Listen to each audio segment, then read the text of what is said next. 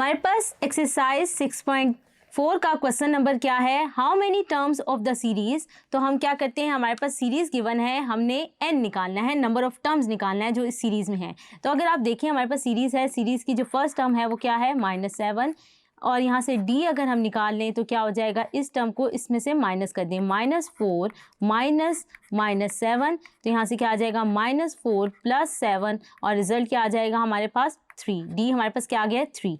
अब हमारे पास क्या दिया हुआ है, हमारे पास अमाउंट टू 114। इसका क्या मतलब है, ये हमारे पास दिया हुआ है कि इस सीरीज़ का जो सम है वो क्या है 114। हमने नंबर ऑफ टर्म्स फाइंड करनी है इस सीरीज़ में।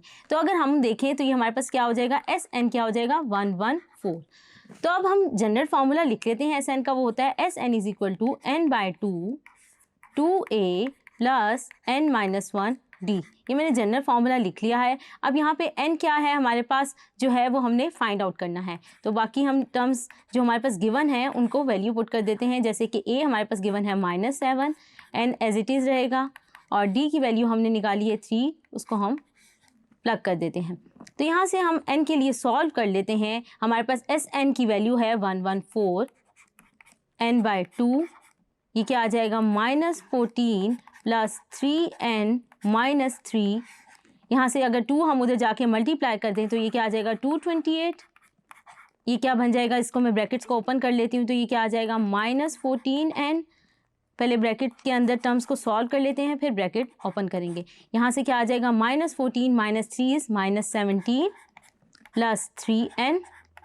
तो इसको अगर हम सिंप्लीफाई कर लें तो ये क्या आ जाएगा 3n² -17n - 228 = 0। अब हमारे पास आ गई है क्वाड्रेटिक इक्वेशन। हमने यहाँ से n की वैल्यू फाइंड आउट करनी है, तो हम क्या करते हैं फैक्टराइज कर लेते हैं। अगर मैं फैक्टराइज करूँ तो मेरे पास क्या रिजल्ट आएगा 3n² -36n। मैंने 228 को मल्टीप्लाई किया 3 से, 228 को मल्टीप्लाई किया 3 से, तो क्या रिजल्ट आएगा चेक कर लेते हैं। हमारे पास क्या आ रहा है 228 × 3, हमारे पास आ रहा है 684।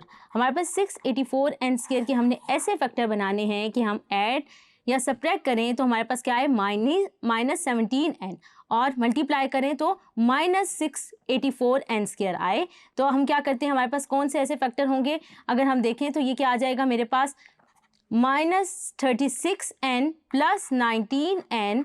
इन दोनों को अगर मैं मल्टीप्लाई करूं तो मेरे पास रिजल्ट आता है -684n। तो यहाँ से क्या आ जाएंगे, ये फैक्टर्स हमने ब्रेक डाउन कर दिए। अब हम यहाँ से क्या करते हैं, कॉमन ले लेते हैं, 3n कॉमन ले लें तो यहाँ क्या बच जाएगा n-12। इसी तरह यहाँ से हम क्या करते हैं 19 को कॉमन निकाल लेते हैं, तो हमारे पास क्या बच जाएगा n-12 = 0।